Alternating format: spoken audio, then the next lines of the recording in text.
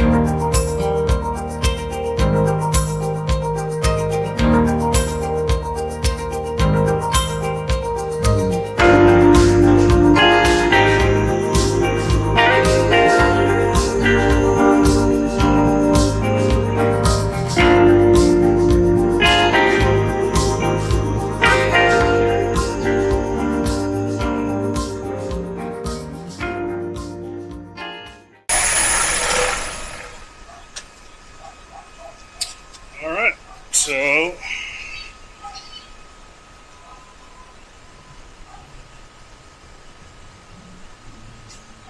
to get better lighting, show you guys, but there we go. Kind of see it now. I screwed up a little bit on this bevel. That's the left-hand side, and I'm not nearly as good when I'm holding the tang in my left hand and as I am on the other side. So a little cleanup on the bevels, but you can see the copper line's really cool. So now ready for heat treat, and then we'll start polishing it up and start working on the bolsters. Alright, time for heat treat. Let's get the forge lit. I'm going to show you real quick. I'm going to use this piece of square tubing to keep the flame directly off of it, and then just watch the colors really, really closely. And you're also probably going to see me. I'm going to take this railroad spike, get it super hot, dunk it in the oil to warm the oil up. Kind of try and get it up to about 120, 125 degrees. So, without further ado, let's light this forge. Let me get my glasses on first.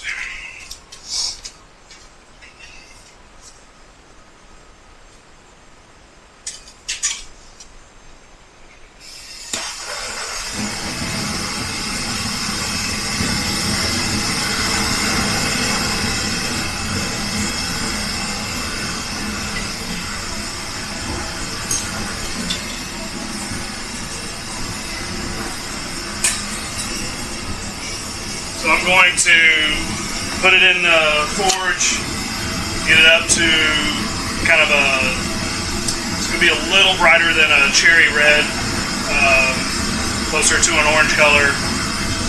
Hang it up, let it dry or cool in calm air. A normalization cycle. Do that a couple of times, and then we'll throw it into the quench oil. That's AAA.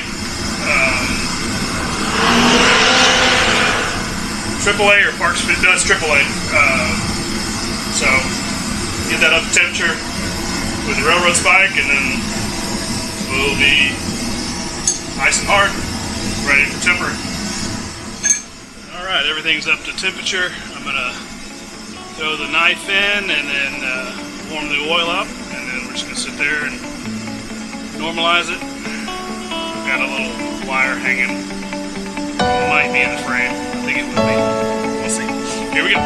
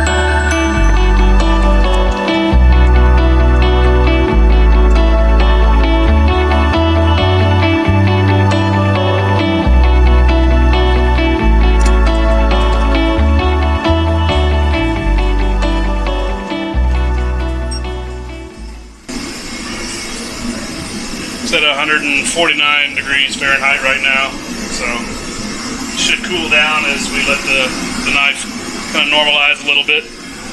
I already noticed I got the tip just a fraction too hot, so I'm hoping that it's salvageable and kind of grind it out, but I'm going to have to be a little more careful.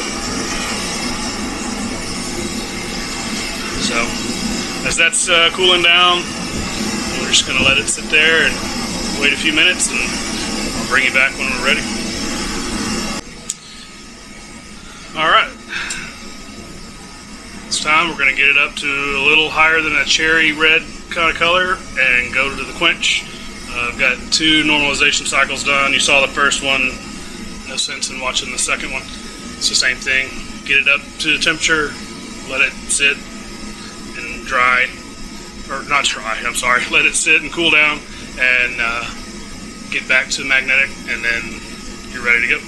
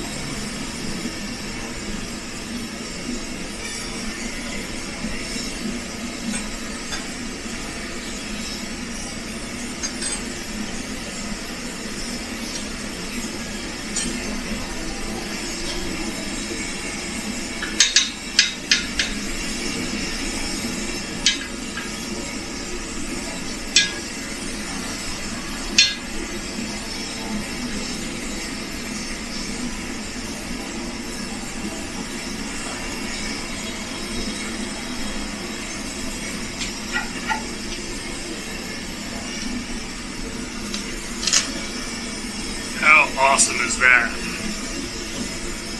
Everything's solid black, but that copper is just boom. So cool. And it is nearly dead straight. It's got a little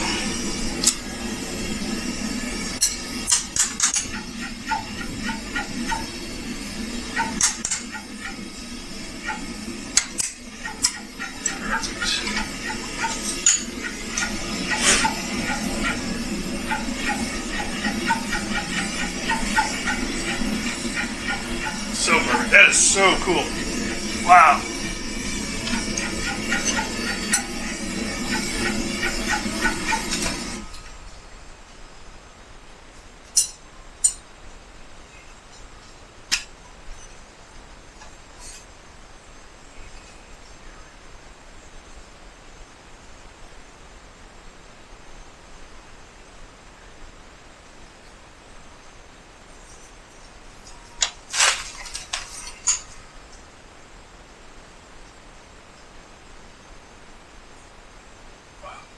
Couldn't be any straighter. That is so cool.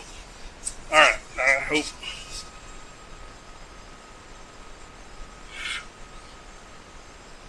That is so awesome.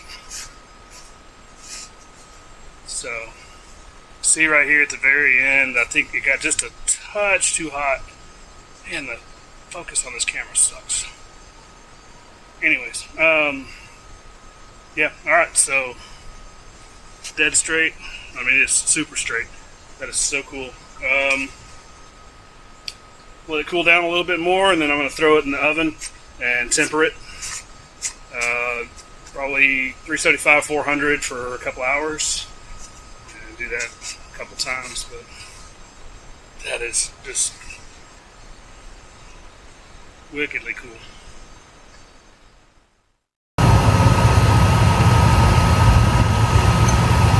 So we finished off before heat treat at a 60 grit belt, grinding the bevels in and kind of flattening it out.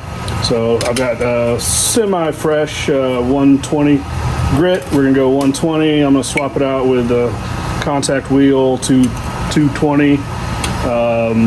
Then I've got a Scotch-Brite belt that I'll get as much of the 220 scratches out as I can, and then we'll do some hand sanding. But I'm digging it. I think it's looking really cool. So there were a couple little spots that kind of bubbled a little bit. It's not going to focus, is it? There you go. You kind of see it kind of bubbled a little bit. But I think it'll be fine. It should grind down pretty well. And then I have that little area that I kind of screwed up there, but oh well, that's going to be fine. I'll grind that out as best we can. So let's get going.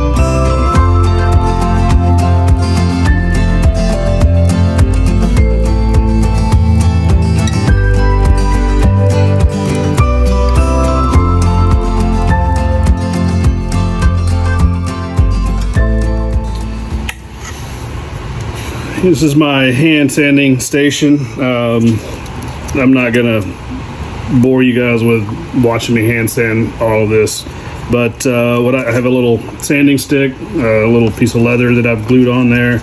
I'm gonna start with some 400 grit. I'm gonna go opposite the direction that I was going with the belt on the last go round. Then we'll switch, once we get that done, we'll switch over to 800 grit, go semi-opposite direction of that till all the scratches are gone, and then we're going to go to the buffer. But I use this, I use some Windex just as lubricant, and just start going until all the scratches disappear. And you have to look at it from a lot of different angles to make sure that you're getting all the scratches. So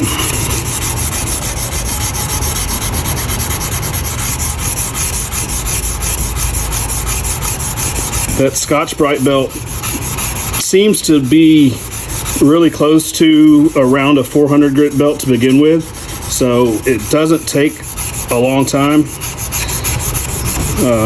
I hate hand sanding, so this is my preferred method of getting that mirror polish. I only do Damascus knives as well, so you don't necessarily have to have a perfectly mirror polish finish on it to still get the good contrast. You just want to get the 15 and 20 as polished as you can to have that nice shine to it. But see, this isn't Damascus. I still want the 15 and 20 to have a nice shiny appearance, while the 80 CRB2 is going to etch dark. So it's weird. You can definitely feel that the copper sands away much faster than the steel, just because it's so much softer. It's interesting. All right, guys, so we got this hand sanded now to 800 grit, and basically this is my process for kind of getting as much of a mirror finish as quickly as possible without having to go a whole lot of hand sanding, because again, I do not like hand sanding. So what I have is, it's called a Sisal, S-I-S-A-L wheel on my grinder, my bench grinder. That's what it looks like new. It's a very stiff fiber. I don't know how to describe it exactly. Feels like fiberglass rope, like the end of a fiberglass rope, something like that. So that's what I use, and I use some gray compound, and this is ready to get polished up to a mirror finish. And then I use just the soft wheel. I use white compound, but ends up turning black. But we're gonna go ahead and get this up to as mirror finish as we can.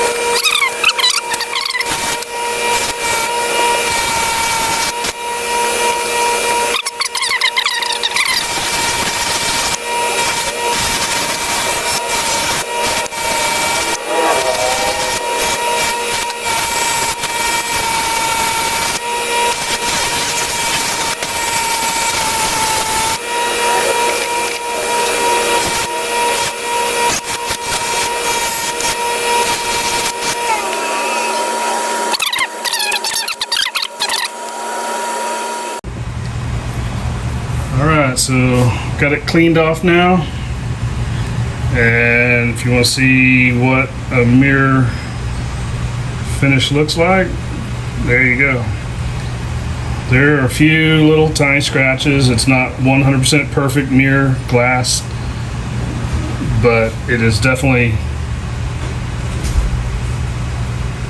enough for a knife, especially if it's a knife that's going to get used there's not really much reason, in my opinion, of taking it to a mirror finish or a perfect mirror finish. But let's get it in the ferric chloride. That's that container, and then my neutralizing solution's there. But let's drop it in there and see how it turns out.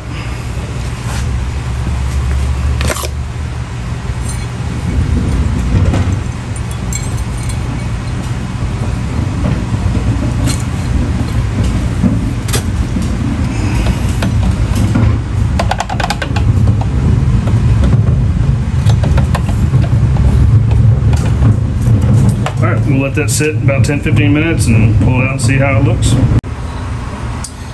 Alright guys, so it's actually been quite a bit more than 15 minutes. I've put it in there twice for 15, so it's been 30 minutes. So let's pull this out of the etch and see what we have. I've got a second trick that I like to use, and I'm sure you guys have seen it too, about getting it darker, or at least getting the hardened steel darker, and that's using instant coffee and soaking it. So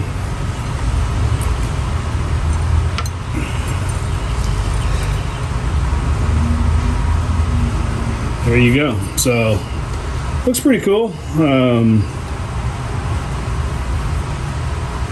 Again, I'm gonna focus. There we go. So my plan is to have this, the upper part here, be steel colored, silver, and then have this be black. And so I'm going to neutralize this, and then what we're going to do is soak this in instant coffee. And so we'll make a really concentrated solution of instant coffee and just let it, I let it soak overnight.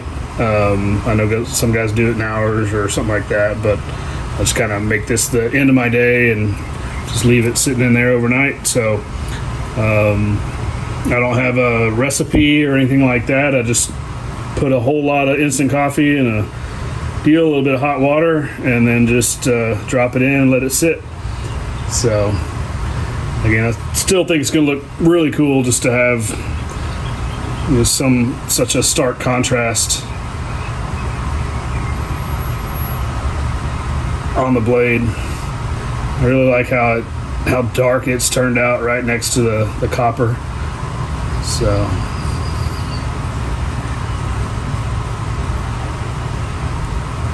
come on, try and focus a little bit.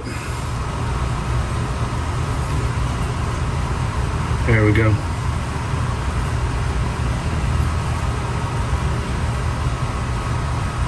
But I'm going to neutralize this. Just let it sit and soak in some instant coffee overnight. There you go.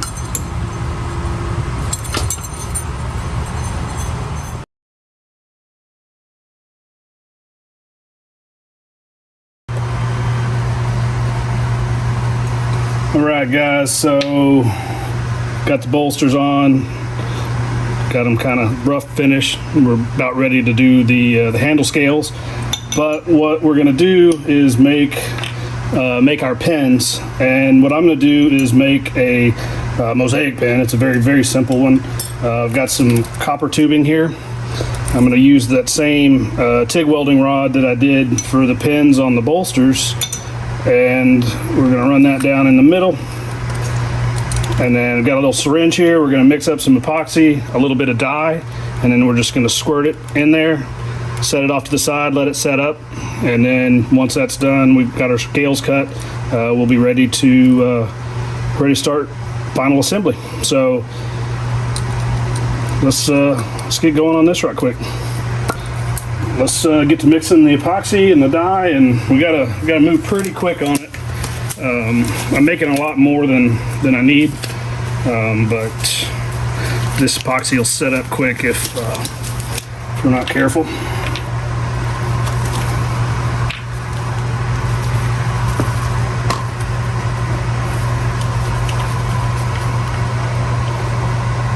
This is just some mica powder, kind of pearlescent. It's called graphite. I think it might look kind of neat in there. I don't even know if it'll be big enough to see much, but Let's see what we can do.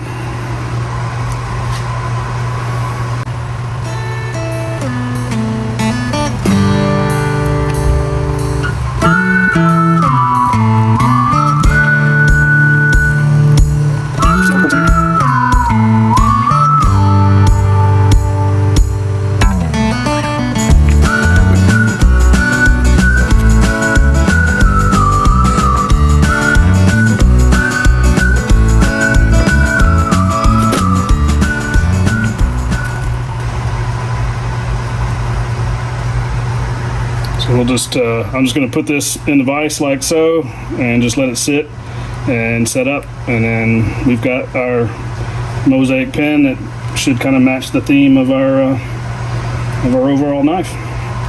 So now let's get going on the scales.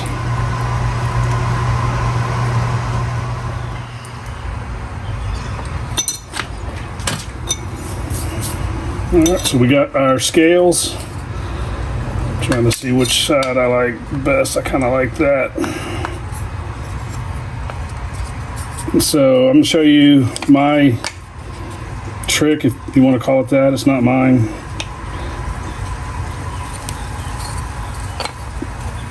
But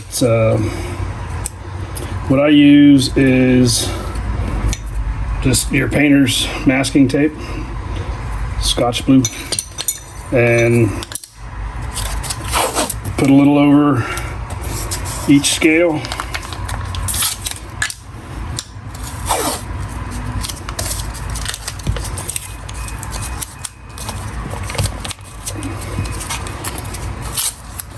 And then I'll put some over the knife as well.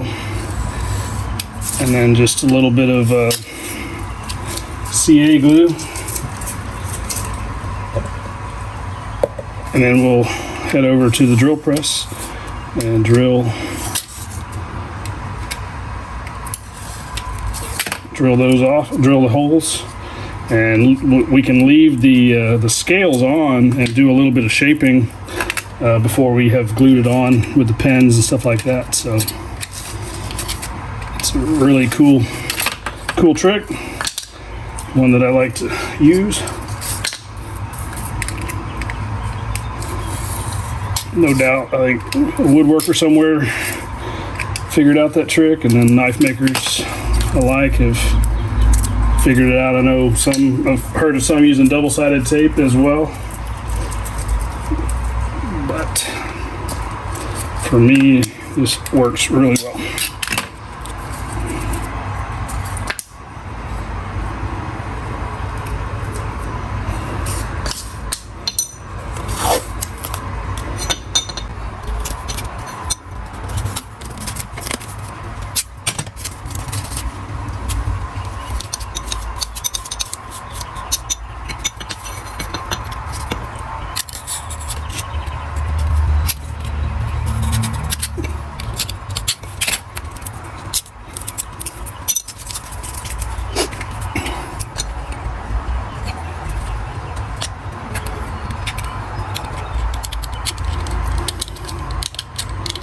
I noticed when I was painting the, I don't know if you guys can see that or not.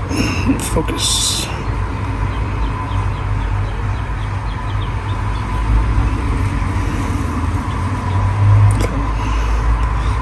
But right here,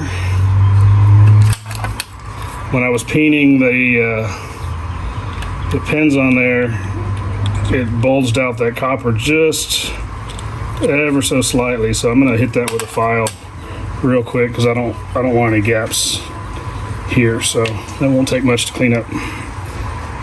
So.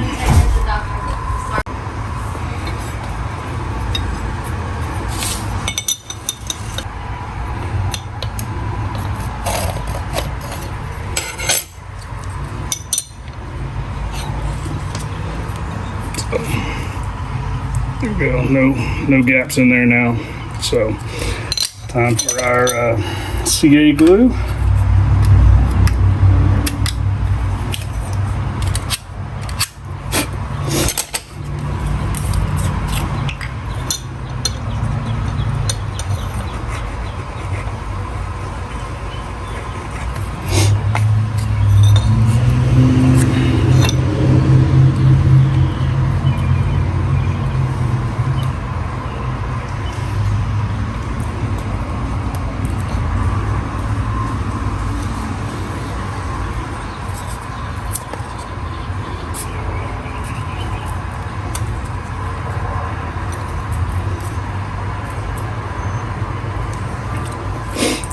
Just let that hole set up, and then we'll be ready to go start drilling our holes. And so I glue on one side, drill my holes, then come glue on the other side, flip it over, drill my holes.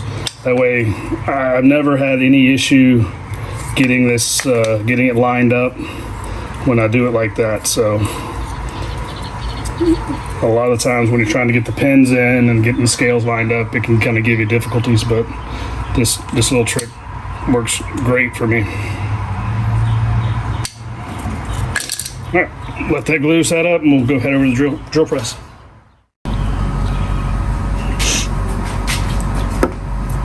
Okay, so we got our drill bit in there. This is an E bit on the letter drill index bits, and an E, which is 250, and an F is a 257. If the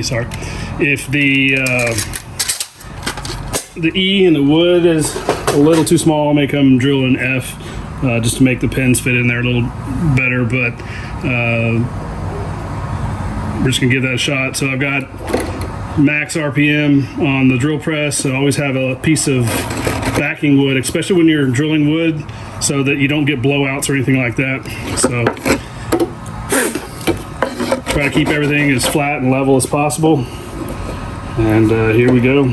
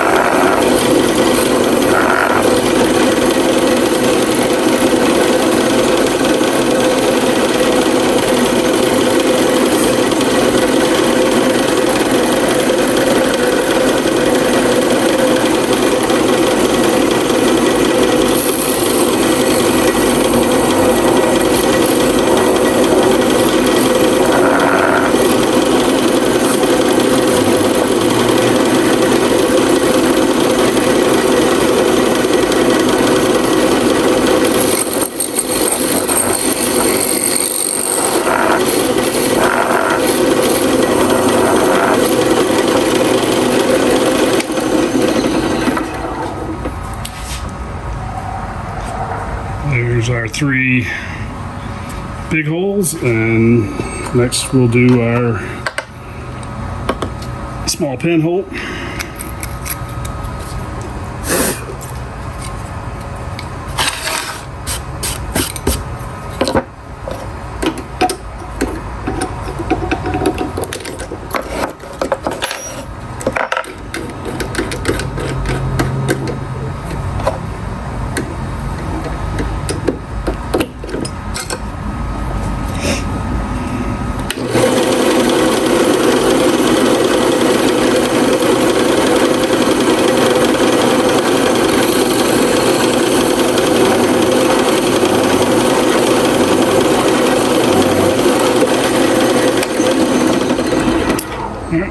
Got our holes drilled.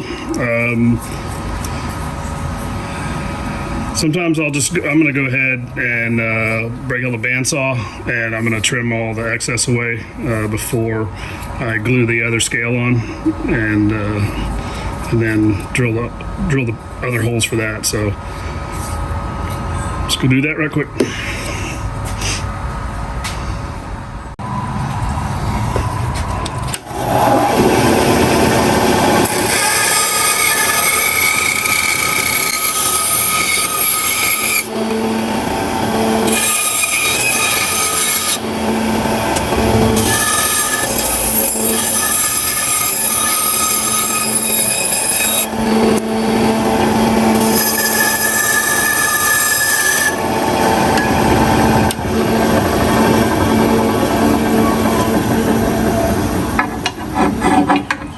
Lighting's horrible.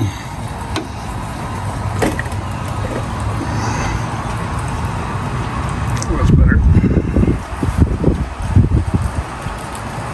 All right, let's go glue the other scale on and drill the holes, trim it up, and all we'll have to do is wait for our mosaic pin to dry. And we can glue this thing up, start finishing it off. All right, here we go. We're ready to get these things glued on. Off camera, I went and drilled some divots in this. I think it kind of helps it kind of get a little bit more epoxy in there, and then I did a real rough sand just on the belt grinder with a 60 grit to get it cleaned off, clean metal, a bunch of little grooves in there just to give something for the epoxy to kind of grab onto. Got my clamps, got my epoxy. I use a little brush to brush it on. Got the pins, so let's get going on this. If you ever use epoxy, you probably understand what the gloves are for. It's not because it's dangerous, it's because the shit is super messy. So I like to wear the gloves. That way, once I'm done, I can just strip them off and throw them away.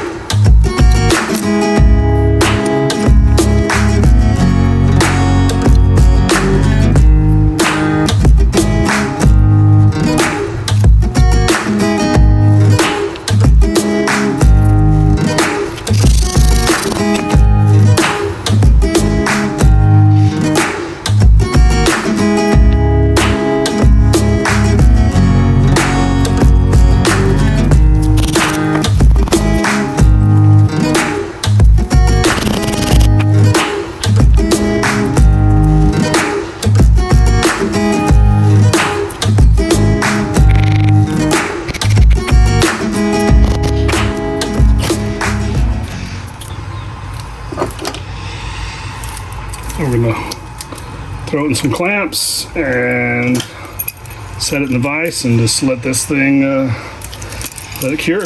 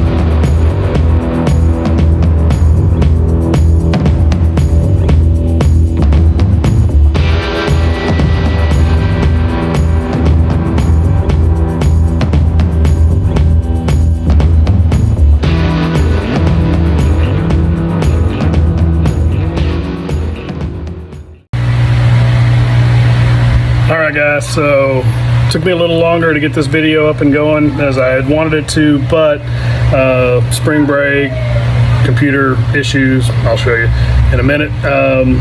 We're done. This knife is ready to go. Been working on editing this video, which is far longer than I wanted it to be, but I always end up talking more than I should, I guess. But gonna show you the knife now, and here's the big reveal. It's totally done. A few steps that I left out on the video, just trying to speed things up and get it going a little faster, get a few more views here or there. So here's the knife.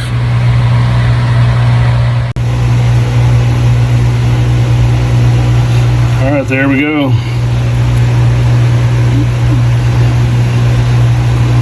That is it, finished. I think it turned out really, really cool. Some of this, you can see some of those lines. That's just oily coating from a marine tough cloth. It's kind of I'm not sure exactly what it is, but I like to put it on all of my knives. It kind of keeps them from rusting up. But there we go. That is finished. I think that turned out really, really cool. So I'm happy with it. I hope you guys enjoyed the video. Hope you like the knife. Again, Gomai, 5 layers with copper in it. Mind blowing. I didn't think it was possible. But this knife is going to be donated to a charity to be auctioned off this coming October. It's March right now, but when I make a knife just for me, not for anybody else, I'll just let it sit around or do something else with it, donate it. But hope you guys enjoyed. Appreciate it. Don't forget to hit the like button, subscribe, and give me a thumbs up if you enjoyed the video. Thanks, guys.